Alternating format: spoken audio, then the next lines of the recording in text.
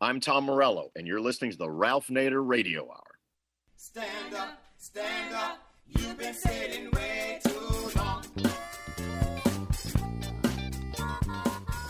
Welcome to the Ralph Nader Radio Hour. My name is Steve Scrovan, along with my co-host David Feldman.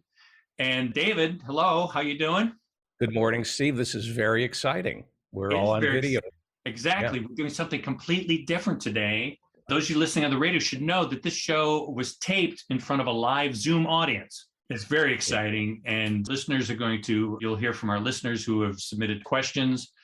And we're not only joined by our studio audience, our producer, Jimmy D. Wirt, associate producer, Hannah Feldman are here with us. You'll definitely hear Hannah's voice. And our audience here gets a little peek behind the curtain. They get to see how the sausage is made. And we assure you the sausage being made follows all federally mandated safety guidelines. So now to welcome our first chief inspector, Mr. Ralph Nader. Hello, Ralph. Hello, everybody, all around the world. Thank you. We got a great topic today, a great guest, and it's very relevant. And it's about advocating for yourself. Advocating for yourself in the face of powerful people is difficult. We all know that. Regular listeners of our show know how that is. No matter how many times you write to your senator pushing them to work for you in Congress, or appeal to your health insurance when they deny you coverage for no good reason, or just try to get your internet fixed. Each time can feel like you're right back to square one. With his new book, Power to the People, Richard Panchyk takes us all back to the basics. His book is written as a civic advocacy guide for young people, but the lessons are just as vital for any citizen trying to reclaim their power. What are our rights? How can we protect them? And perhaps most importantly, when someone, human and non-human person alike, infringes on them, what can we do about it? So we're excited to have Mr. Panchyk here to discuss his new book and how to harness people power. After that, Ralph and Richard will answer some questions from our live virtual audience. As always, somewhere in the middle, we'll check in with our relentless corporate crime reporter, Russell Mokhiber. But first, let's explore all the ways we the people can be powerful too. David? This book is a gift. Richard Panchyk is an author whose books include World War II for Kids, Archaeology for Kids, and Our Supreme Court. His latest book is Power to the People, a young people's guide to fighting for our rights as citizens and consumers. Welcome to the Ralph Nader Radio Hour, Richard Panchyk. Thank you, David and Steve. I'm glad to be here. Welcome indeed, Richard. We're going to start in an unorthodox way, and that is that whenever injustices are portrayed before the public, the question is, how do people get more rights and remedies to deal with these injustices? They're shut out and powerless. I want to start today by talking about the lack of fuller use of the rights and remedies they already have. As we know, in the United States, over half of the people don't vote. They don't use the civil justice system that is theirs to be used. They don't have to ask anybody for permission. They can have a right of trial by jury and go to a contingent fee lawyer. And the vast majority don't even know that they have that right, much less use it. Millions of people are wrongfully injured every year in the United States, from the streets to the corporate suites. And they don't use even something as simple as small claims courts, where they don't need a lawyer, and they should just go and plead their case. So you've had a whole career of writing books for kids. You wrote books on cities, Boston for kids, Chicago for kids, Washington, D.C. for kids, bringing in a very vibrant way the history of those metropolitan areas. One of your best, I think, is Supreme Court for kids. Why have you, among your dozens of books that you've written, starting when you were in early 20s, why have you directed your energies toward writing books for kids? These are serious books. We're not talking, picture books. We're talking books that adults would find at a sufficient level of respect. Yes, I've always believed that it's so important to teach children about these topics that in some cases people believe to be topics that are only to be relegated to adults. But in fact, it's extremely important for kids to learn about these things when they're still kids, because what we don't realize is when you're 10, 11, 12, 13, you're only a few years away from being able to vote, to join the army, to have all these rights that adults have. And if you reach that age without having learned these things, then how are you going to learn them? If you're learning them only in college, it's too late at that point. You need to understand, I think kids need to understand certain things like the Supreme Court, like what I talk about in Power to the People at an early age.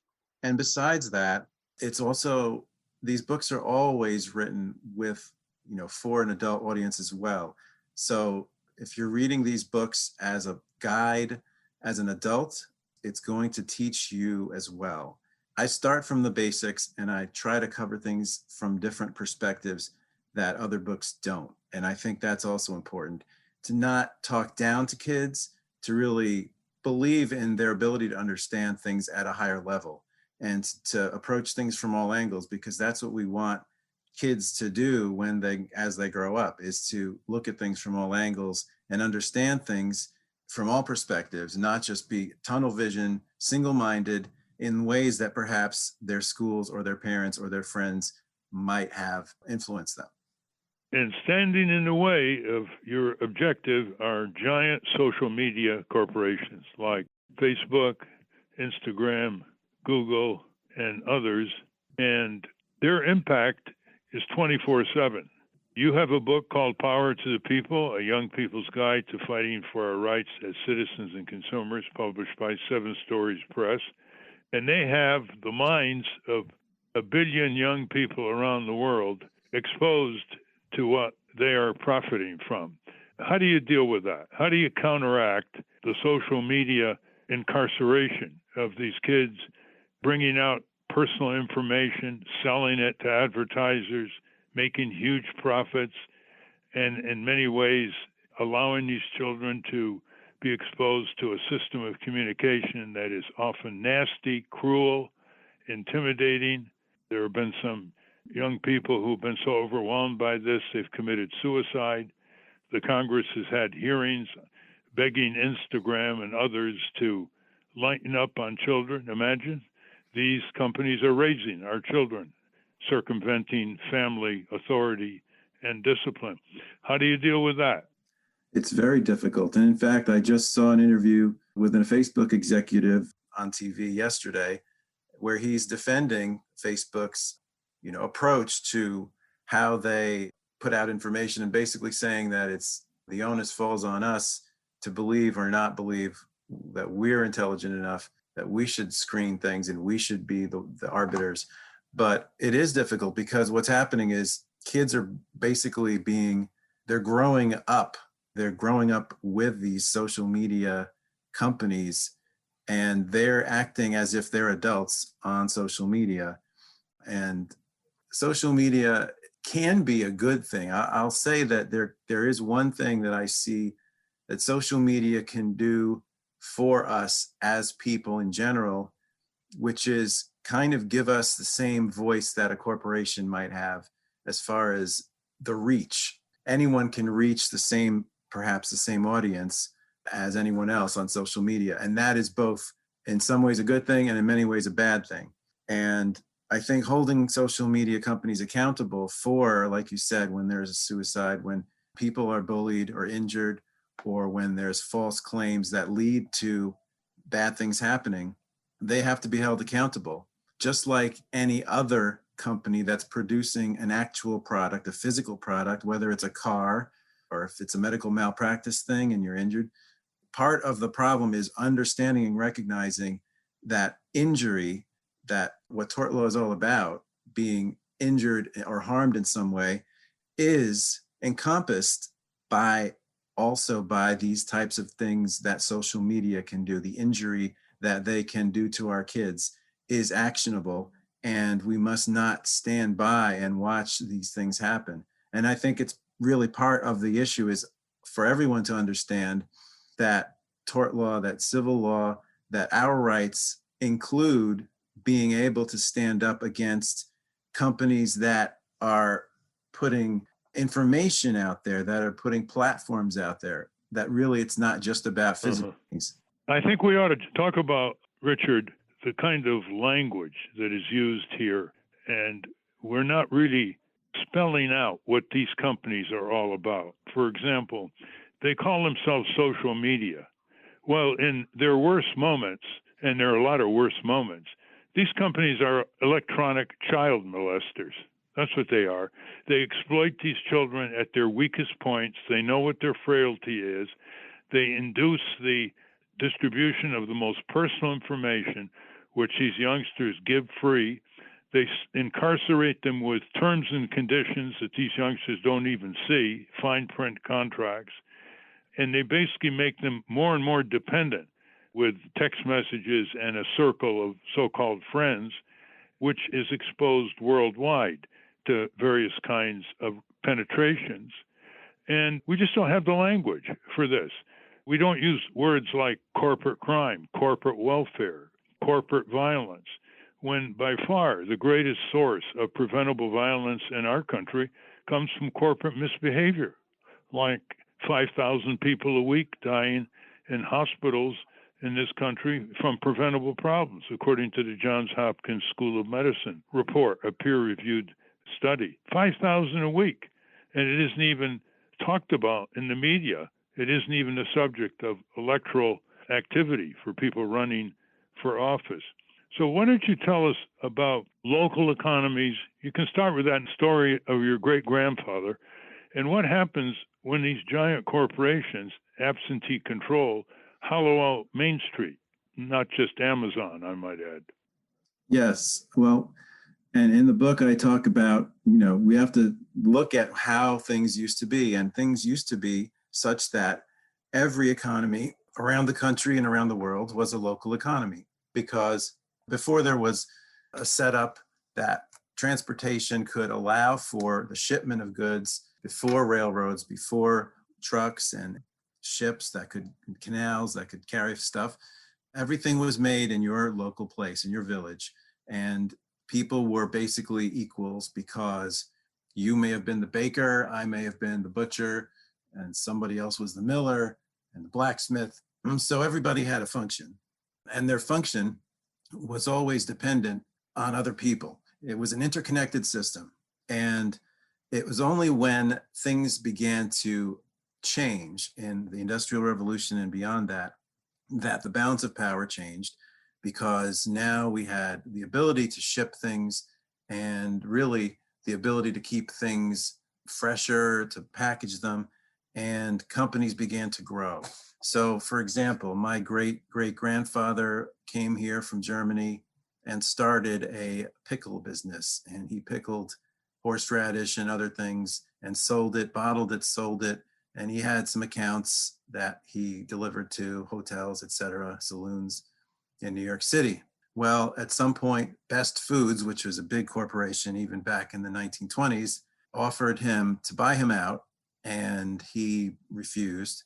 And basically then his company that was the end of the company. It couldn't compete.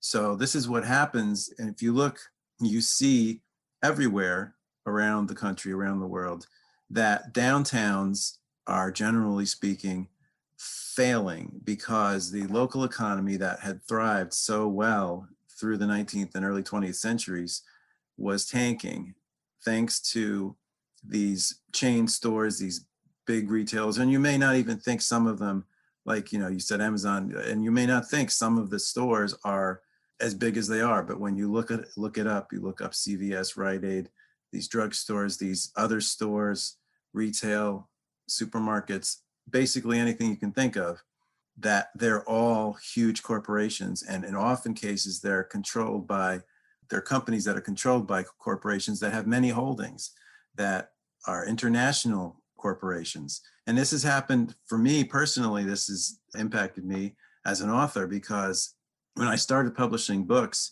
many years ago, it was a different situation. There were so many independent publishers and independent bookstores. And now we see that all these publishers have conglomerated into only a few.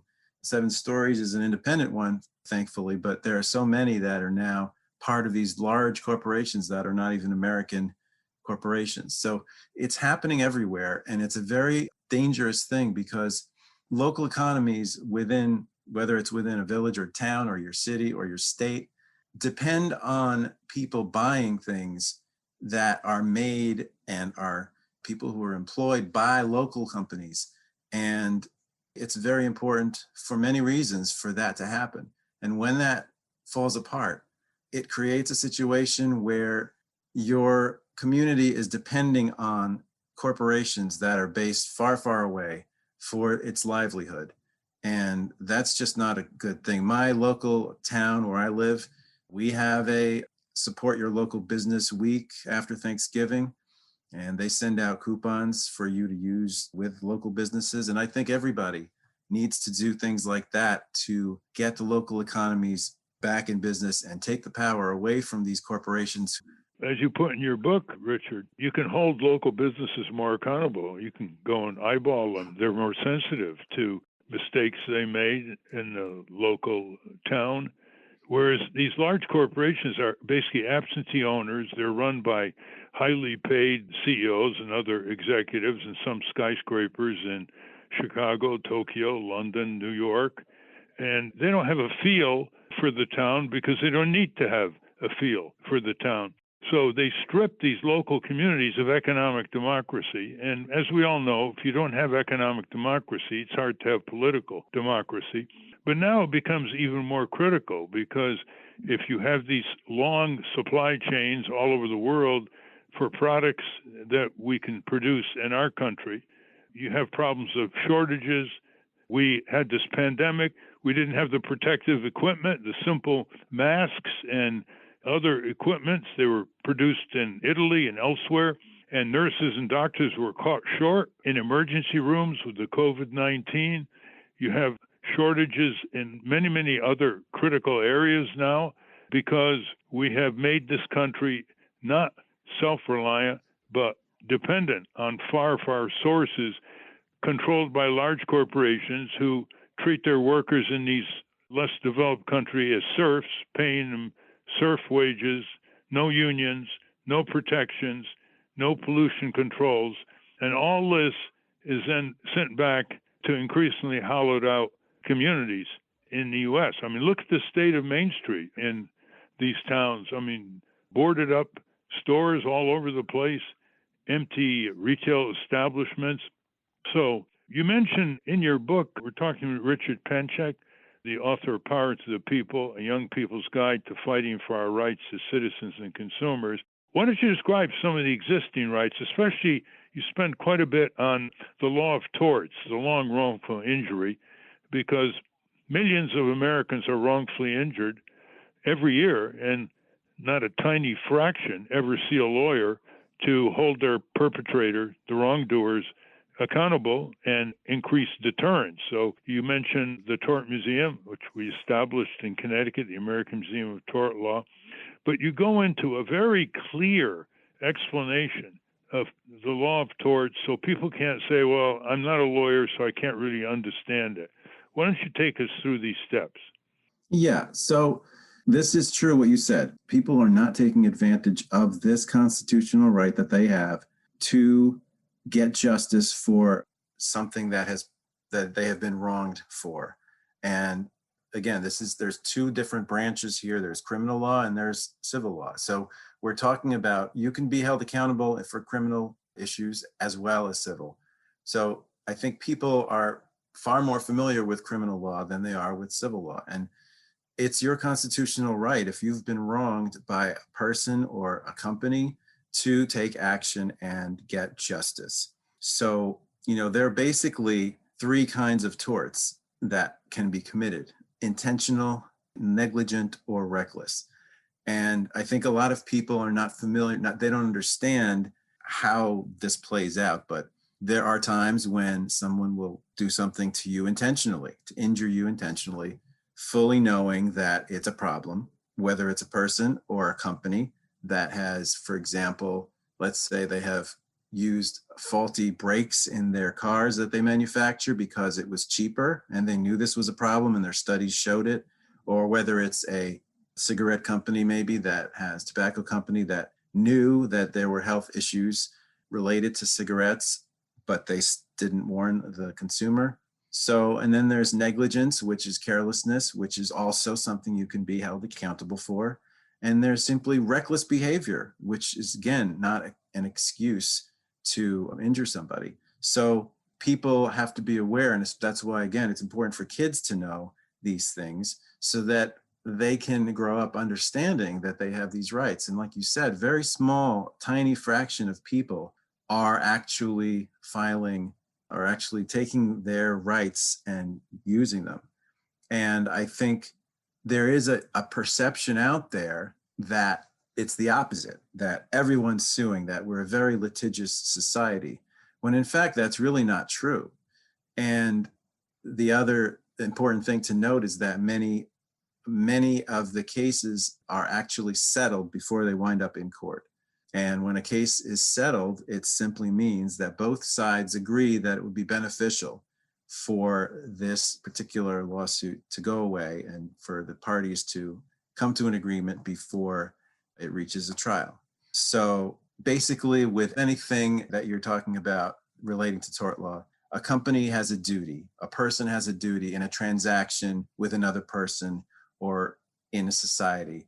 And if they have breached that duty, then that's where you start to see whether or not this is something that can become a civil lawsuit. If a company or a person has breached the duty, let's say their duty is to manufacture something that you will use, and if that item that they have manufactured is faulty in some way, whether it's intentional, negligence, or recklessness, whatever the case, they have breached their duty.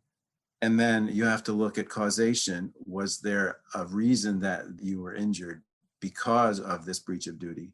In your book, you give a lot of examples, not just tobacco, even holding dangerous toy manufacturers accountable that they have harmed and killed children just with these dangerous toys. And then you go through other aspects of our economy and apply cases that have already been brought to make cars safer, pharmaceuticals safer, chemicals taken from the marketplace because they were unsafe, the impact on people, respiratory disease, workplace hazards.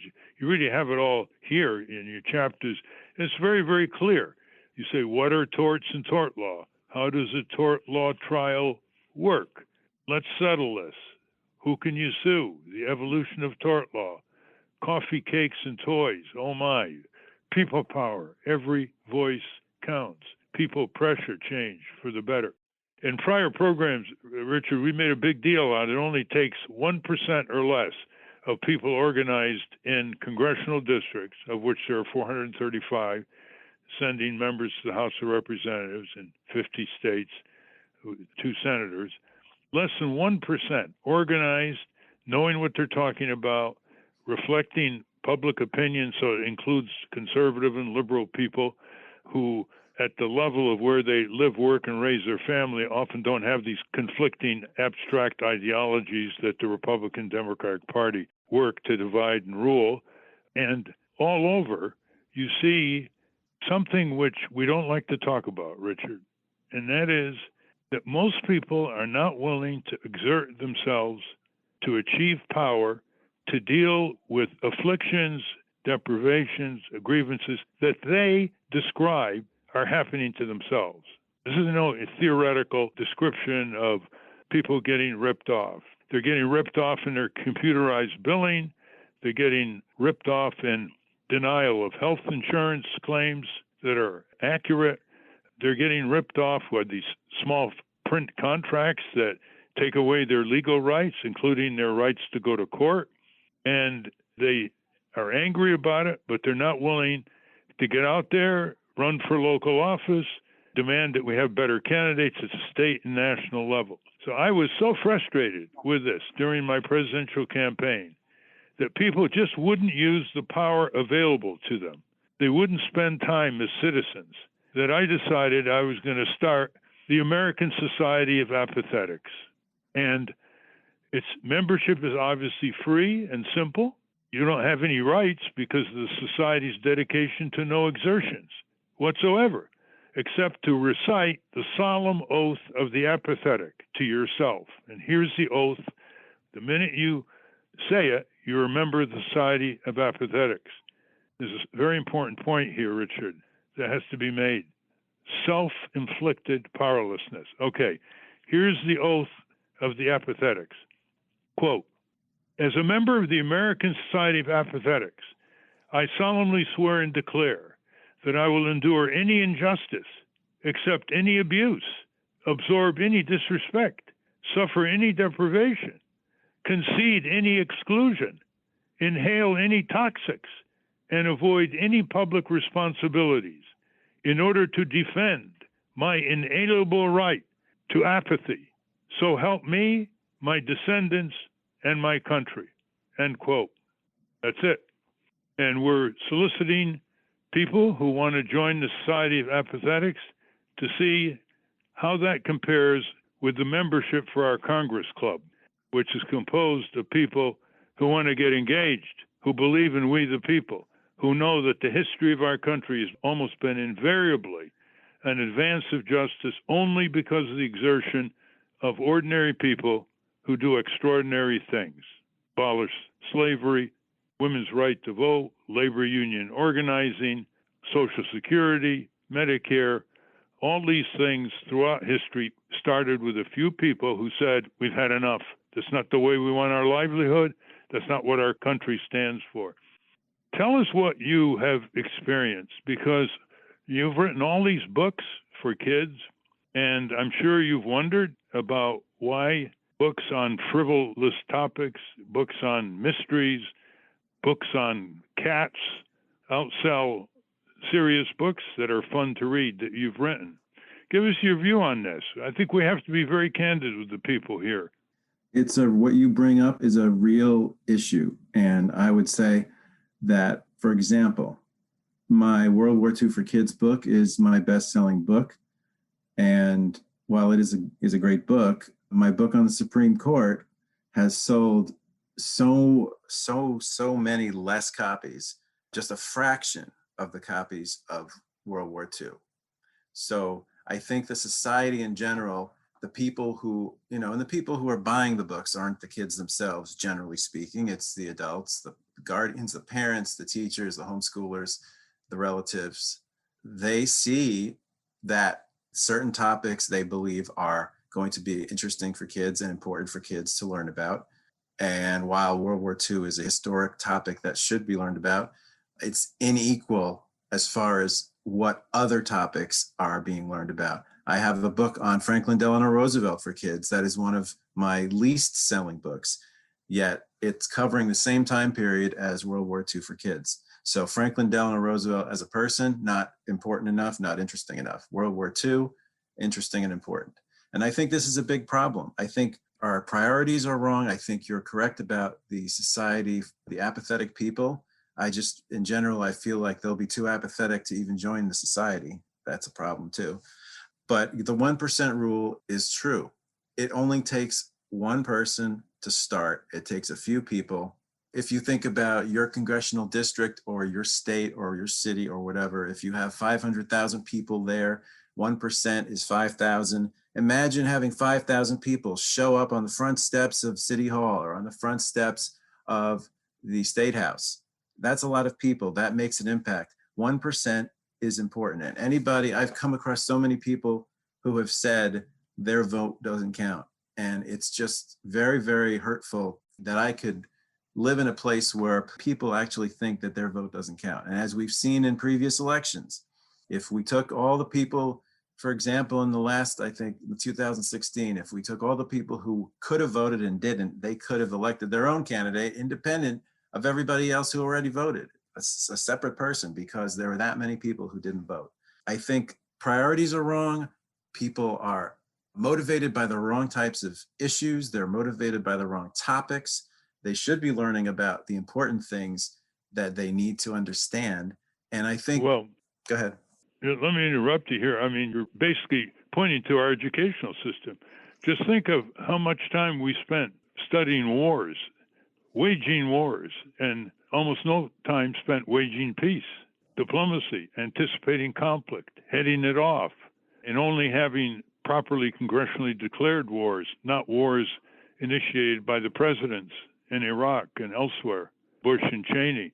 The other problem is a lot of people say, well, what are you blaming people like that? I mean, do you know what it takes to get through a day for millions of people, the torment, the poverty?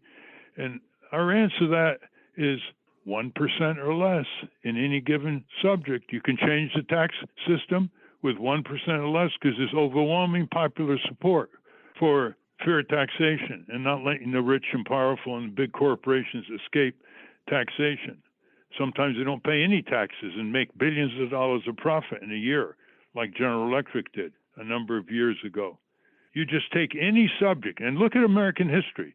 It's proven it has never taken more than 1% to make all the changes that we like about our country, handed down to us by our forebears. Even the civil rights movement never involved more than 1% of people spending consistently a few hours a week, year after year, on the struggle.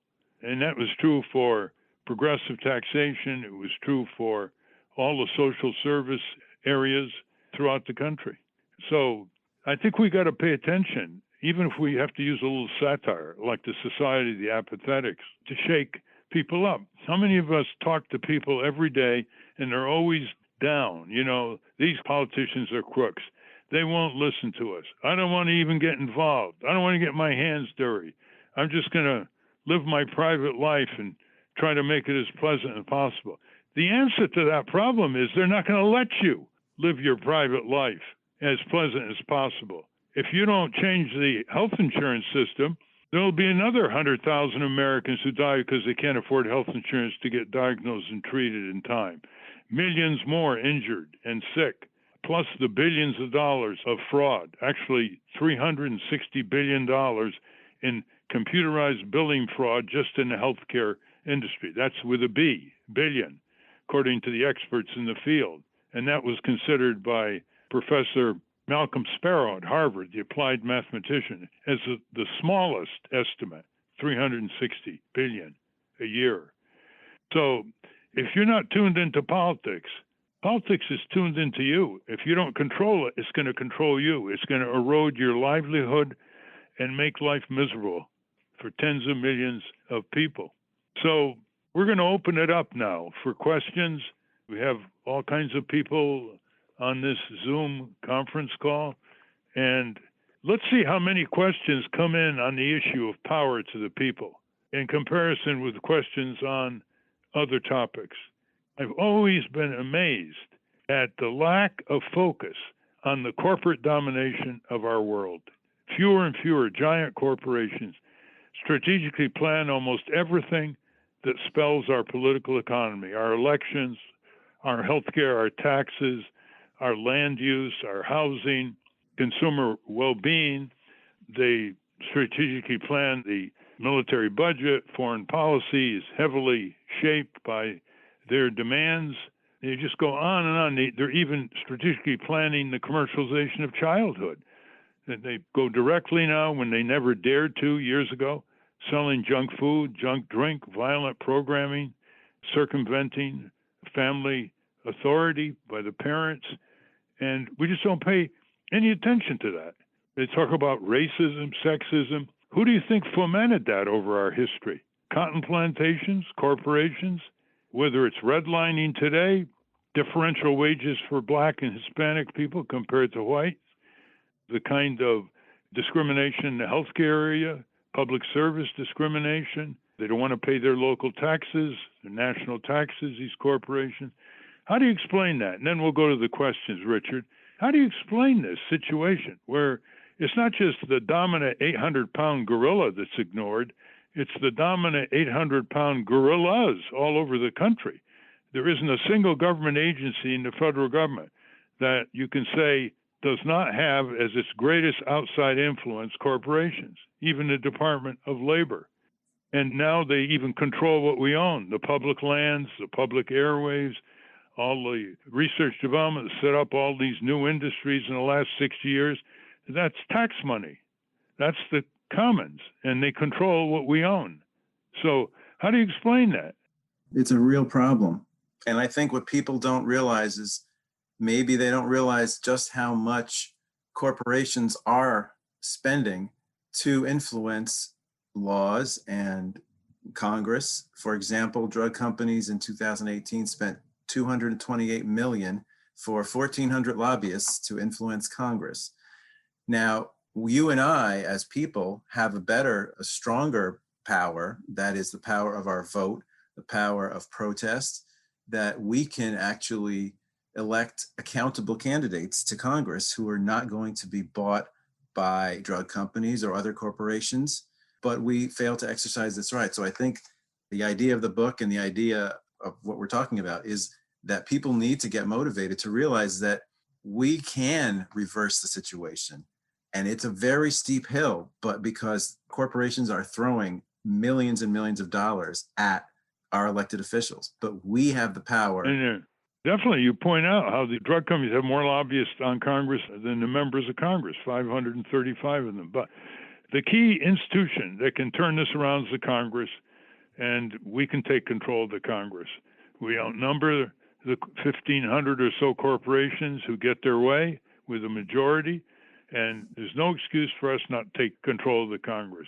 We can have Congress watchdog lobbies, clubs all over the country. People have all kinds of hobbies, and they spend 300 to 500 hours a year and maybe $500. If 1% of the people had Congress as their hobby, and is there any institution that, for good or bad, has more impact on the American people other than these large corporations? Congress has enormous authority to break them up, to discipline them under the rule of law, to make them pay for their ravaging wrongdoing, to give small business more voice, to give local economies more voice. So it's the Congress, people. The three things is the corporations, the Congress, and the citizenry. And that's what a lot of your book's about, Richard Panchyk. Power to the People, a young people's guide, fighting for our rights as citizens and consumers, full of examples, very clearly written, even physically. It's an easy book to read. You have photographs throughout the book, some interesting cartoons from American history, and I hope people will use it as a gift to young people for the coming holidays. It's got a great feel to it, physically as well as visually, but nothing compared to the content. It is the most clear attempt to convey issues of power to young people in their own perceived self-interest and anticipation of their growing into becoming effective, engaged adults that make a democracy proud of them. So let's go to the questions, and Steve, David, and open it up. Thank you, Ralph. Yes, I want to reiterate, we are speaking with Richard Panchyk. We will link to his new book, Power to the People, at ralphnaderradiohour.com. It's from Seven Stories Press, and I have a copy of it so well laid out with a lot of photos and graphics. It's a very readable book. But first, we're going to get to your listener questions, but we're going to take a quick break. And when we come back, we'll do that with the audience questions. But first, we're going to check in with our corporate crime reporter, Russell Mokhiber. From the National Press Building in Washington, D.C., this is your Corporate Crime Reporter Morning Minute for Friday, December 17, 2021. I'm Russell Mokhiber. As the nation's largest discount retailer, Dollar General stores are widely known by shoppers for their low-price merchandise. At the Occupational Safety and Health Administration, the company is recognized for its long history of violations and repeated failures to protect its workers from on-the-job hazards. Since 2016, OSHA has proposed more than $3.3 million in penalties in 54 inspections at Dollar General locations nationwide. Typical violations include blocked electrical panels, obstructed exits, forklift housekeeping, and sanitation violations. Each of these violations represents hazardous and unsafe conditions, placing workers at risk of injury. Dollar General has a long history of disregarding safety measures to prevent serious injury or death in the event of fire or other emergency, said OSHA Chief Doug Parker. For the Corporate Crime Reporter, I'm Russell Mokhiber. Thank you, Russell. Welcome back to the Ralph Nader Radio Hour. I'm Steve Scrovan, along with David Feldman and Ralph. We're going to take some questions from the audience, but first I want to see if David, do you want to weigh in before we open it up to the audience? Thank you so much for this, Richard. You know, in the first chapters of your book, you discuss Ralph Nader as a young person, his early interests, and how he got into advocacy work. What lessons do you want the readers to take from that portrait of young Ralph? And specifically, Ralph, can this country produce right now another Ralph Nader?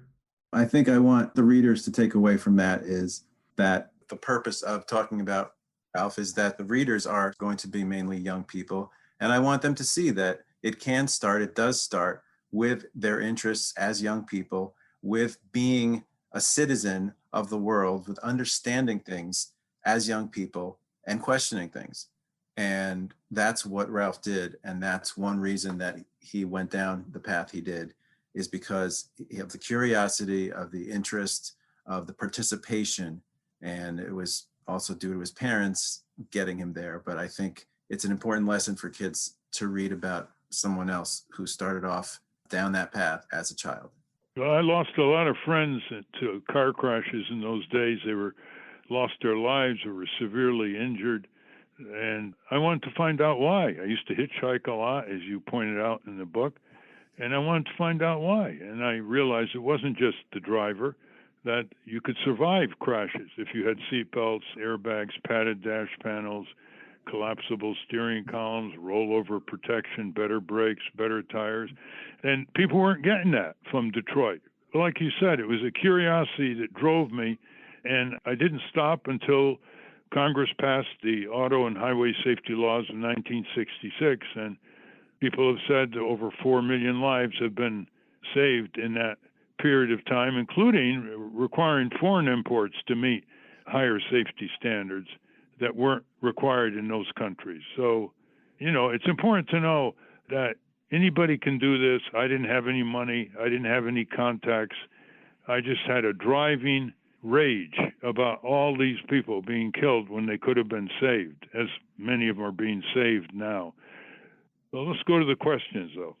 All right, very good. Thanks, Ralph. Hannah, why don't you tee us up for our first audience question?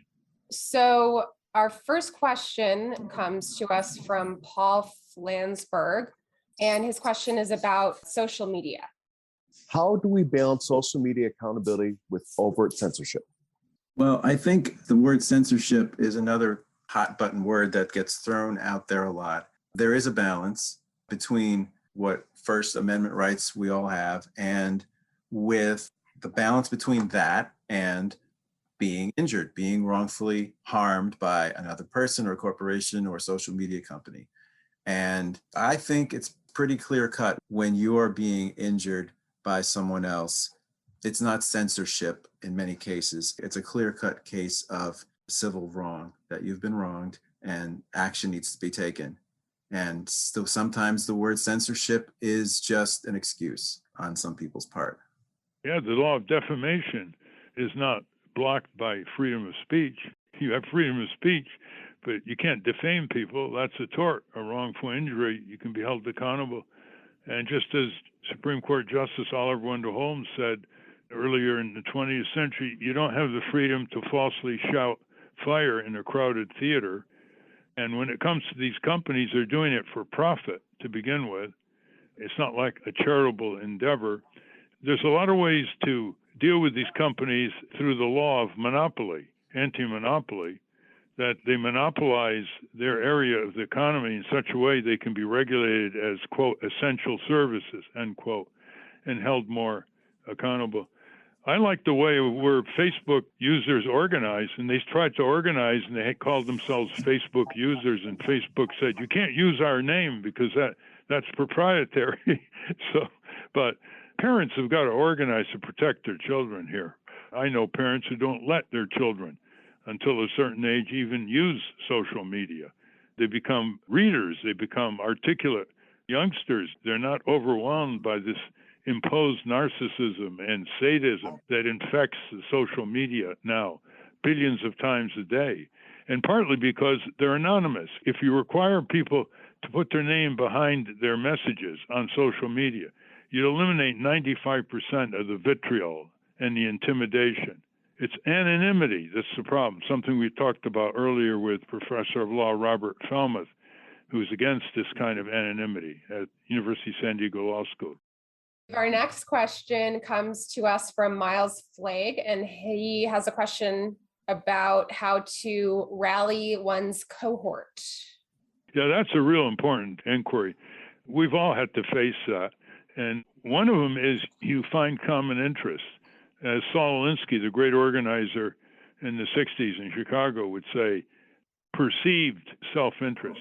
So you start with things where they agree with you on, and you bring them forward. You give them backbone. You give them fortitude. You show them how the more skilled they are, the more effective citizens they're going to be. You appeal to their children. Margaret Mead, the famous anthropologist, once said that if we just appeal to people compassion for their own children, like protecting them with seatbelts was a case she used, we would get further with adults. So you appeal to the descendants of children and the grandchildren. Third is to show them what the alternative of inaction is. And you don't have to persuade them. I mean, they're already describing how they're being ripped off or deprived or suffering or denied. So you show them, look, I mean, if you keep going on this path, you're just going to suffer and your families are going to suffer. So what's the big deal of locking arms with a bunch of neighbors and community people and starting to change things? It's amazing. 500 people signing clearly on a petition can get a senator to come for a town meeting organized by the people themselves and their own agenda. Just 500 people clearly signing their names and their occupation and their contact numbers will freak out some of these senators. They're not used to even that level of activity. Ralph, Miles Flagg here. It's just an honor. I'm calling from Canada and I'm a boomer. And in the 60s, I remember you often on the Canadian Broadcasting Corporation programs. And as a boomer, I'm really feeling it's time for me to connect with my cohort of boomers and to stand up as elders. Another suggestion I picked up on is to write my head of state with my concerns and my ideas. And so far, I've written 11 letters to Queen Elizabeth II. Just want you to, elaborate on, the concept of elders. And I'd also like to acknowledge that I'm on the land of Treaty 7, the traditional territory of the Niitsitapi, the Blackfoot people, and I respect their ways of being, language, traditions, and culture. Thank you. Well, remember, as a Canadian, there was that period in the 60s when the U.S. was being swallowed into Vietnam and didn't get full health care, while Canada was getting health care because they weren't part of the Vietnam assault. So this is the price of wars. Well over 1 million Americans have died because they don't have health insurance because the Congress told President Johnson there wasn't enough money because they're spending it in Vietnam. And now in Canada, because of the burst out of Saskatchewan with Tommy Douglas, all you do is show a card and you're covered medically and no one is excluded. You don't have anywhere near the problems we have in the United States on that. Writing to your member of parliament or member of Congress is very important. In Canada, you don't even need a stamp. If you write to your member of Congress, you have the franking privilege that members of our Congress have going the other way. They can write you without a stamp. And we're working on a project now to break through these members of Congress. They've become arrogant. Their phone system is automated. They don't get back to you on important issues.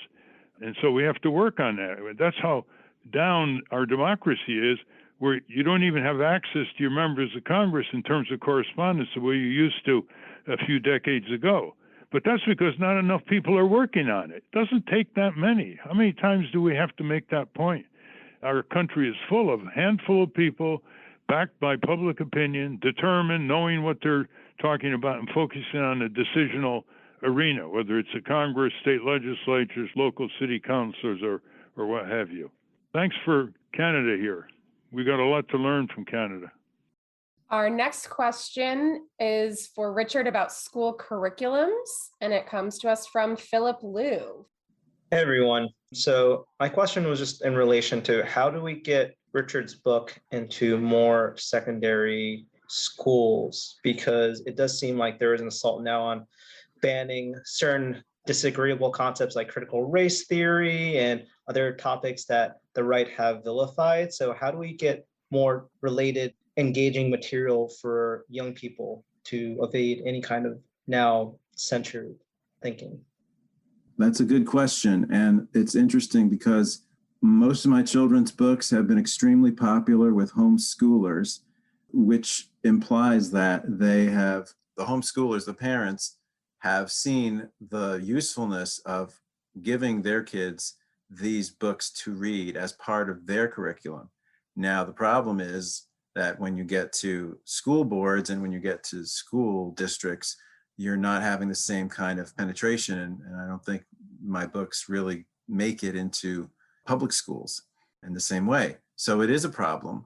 I think that the curriculums are being dictated by people, again, who we need to hold accountable. School boards are electable people, they're electable boards.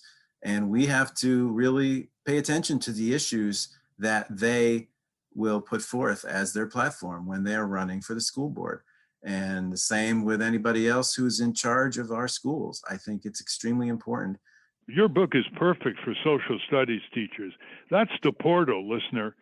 Social studies teachers get it, and they would love a book like this. This is not a book that deals with discriminatory injustice. It deals with indiscriminatory injustice. That is, all people are being adversely affected by these injustices. All people can use the rights that Richard has talked about in the law of torts, law of wrongful injury, and other rights and remedies. So it'll be less controversial than a book on discriminatory injustice. And I might add that the way to unify people in this country is with the injustice that affects all people, not just injustice that's discriminatory. Because once you deal with injustice that affects all people, you address the problem of some people get ripped off or discriminated more than others. But you start with a unified base. There are 65 million low-income whites in this country that are entitled to ask NPR and the U.S. Congress, what about us? So I've always gone, like auto safety, that's indiscriminate injustice, the hazards of automobiles. It doesn't matter who you are, what's the color of your skin, people were dying from preventable causes in unsafe motor vehicles. And that's true in one product area of our economy after another.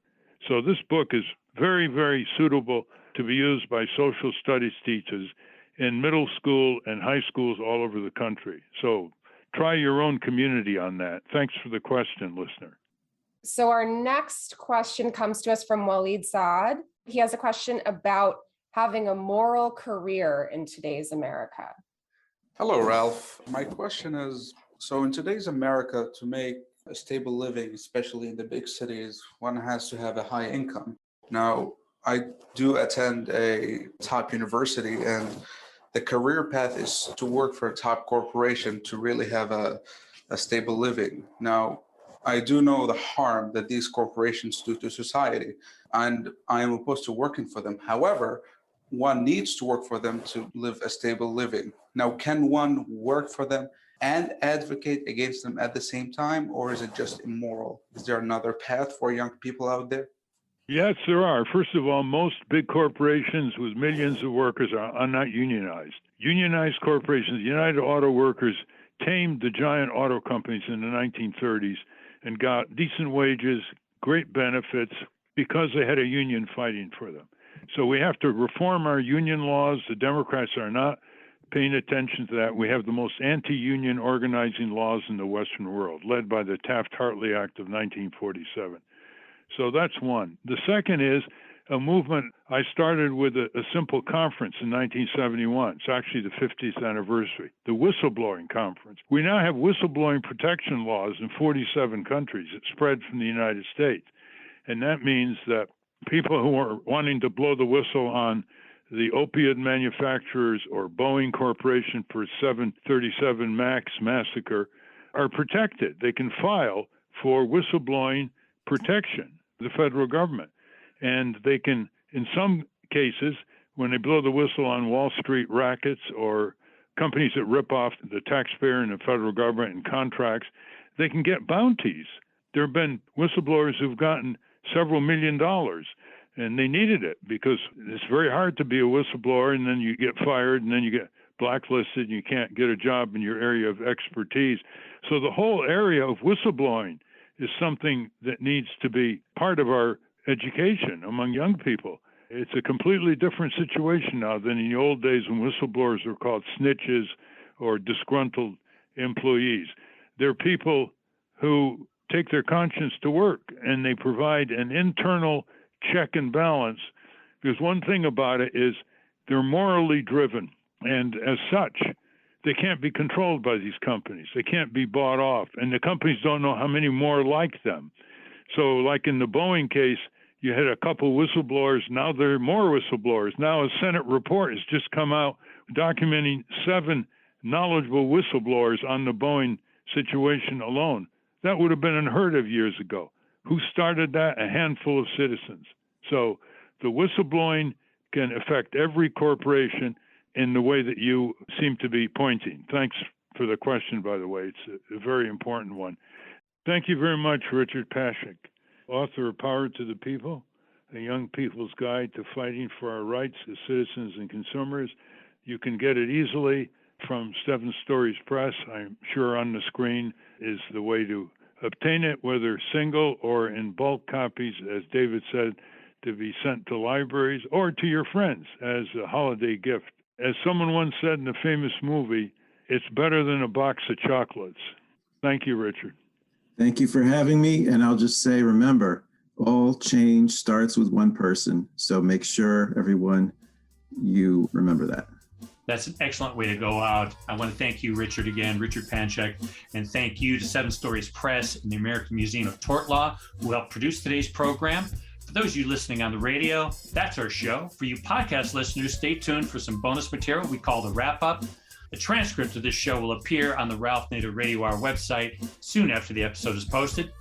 Subscribe to us on our Ralph Nader Radio Hour YouTube channel. And for Ralph's weekly column, it's free. Go to nader.org. For more from Russell Mokhiber, go to corporatecrimereporter.com.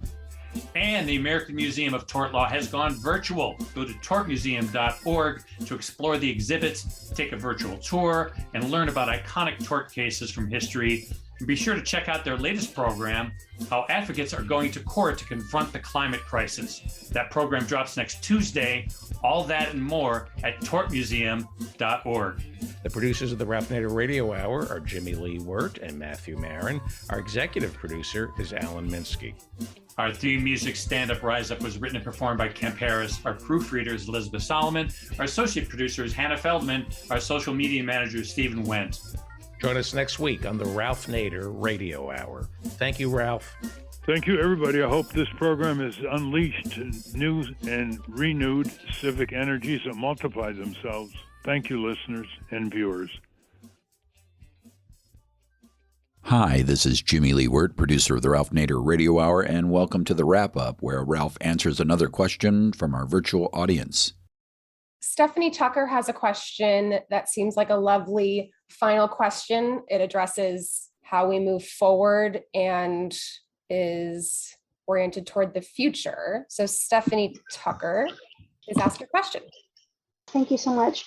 Ralph, Richard, thank you so much for who you are, all you've been doing, all you've done, and all that you're doing to help share your wisdom with the world and help empower us to create a much better future. I'm a pediatrician. I worked in the past for the Indian Health Service and had to become a federal whistleblower when noticing safety issues arising, impacting children, and dealt with some pretty significant retaliation. It ended up inspiring me to search for things that could help make it safer for anybody to be able to advocate effectively, and wondering about how we might more effectively be able to, how more people might feel safer to speak out, to be able to come together, to innovate and problem solve, and effectively problem solve to help fix our systems. Not just Band-Aids. And, right now, I feel such a commitment to supporting what we're needing always in healthcare and beyond, which is, prioritizing children, people, health and safety 100% of the time. And it's the one time that they're not prioritized that it becomes dangerous or risky. And so I feel like we're seeing all over the world instances where that priority might not have been held as the number one priority 100% of the time. And I feel like as a global community, as a global family, that we're needing to find ways to empower and support one another to shift every single one of those decisions, back to the priority on children, people, health, and safety 100% of the time. So this has inspired a global vision of united love. And it includes some change practices that have been successful in some places. I'm wondering if either of you have come across a change model called collective impact, and it empowers people to align together under shared goals. And United Love, the idea behind it, and it's something I'm now very excited about and actually am committed to somehow manifesting with our world together. But it envisions, supporting the highest potentials in every area. So how do we get through COVID and not just bounce back, not just better, but actually how do we reach for the very highest potentials? I think the one group that shares your values in a concrete way is Children's Advocacy Center at the University of San Diego Law School. It's run by Professor Robert Fellmuth, Fellmeth, who's been on this program a few times. And he talks just the way you're talking. And he's passed 24 bills in the California legislature. He has all kinds of concrete ideas. He was elected a few years ago to the head of the National Council for Children's Lawyers, so he's connected nationally. And the other group is the Physicians for a National Health Plan, PHNP. You can get their contact by going to singlepayeraction.org. They're out of Chicago, I think, PNHP. They have about 18,000 physicians, last recall, who are members of this. And if you go to singlepayeraction.org, you'll get other information. It is remarkable how all the politicians say we love our children, children first, but it's hard to find a Western country that more brutalizes its kids in practice, if not in theory. When you think of the destitution, the homelessness, the poverty, the hunger, it's a crime against children humanity. And we need to develop the informed indignation to straighten out the Congress and state legislatures who can start turning this situation around. That's what we have a government for, to counteract private corporate power. If private corporate power controls government, Franklin Delano Roosevelt called it fascism in 1938, and we're starting to hear that phrase, American fascism, with the Trump core trying to overturn elections and plan to overturn the future elections, even if they lose the majority vote. I suggest when you meet your candidates, local, state, national, and they want your vote, you ask them two questions. How are you making us more powerful as people? I want to know in detail, how are you giving us more power so we can shape the future of our country as befits our government of, by, and for the people? And second is, what's your detailed position on the corporate crime wave? If you just ask them those two questions, watch the expression on their faces as they try to glad hand their way from one person to another at a gathering for their election.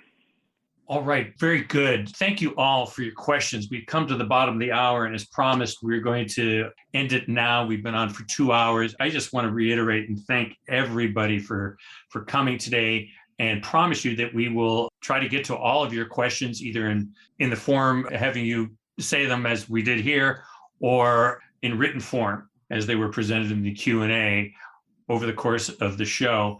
I'd also urge you all, you guys are the hardcore, and we need you to promote this show. So please tell people, proselytize for us, Ralph Nader Radio Hour. If it's not on a local radio station where you are, try to do that. But let's get this message out, because there's no other show that deals so in depth with so many issues that really honestly don't get talked about enough in the mainstream media, especially. Somebody in the chat room said they were going to buy 10 copies of Richard's book and donate it to libraries.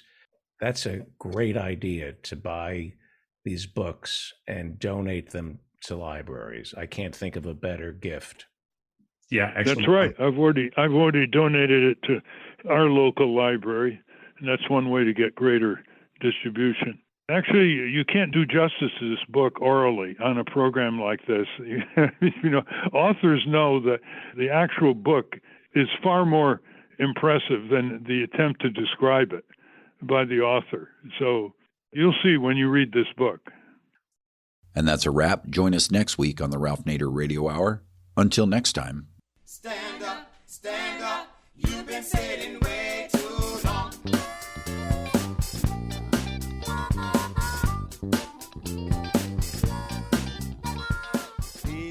temper.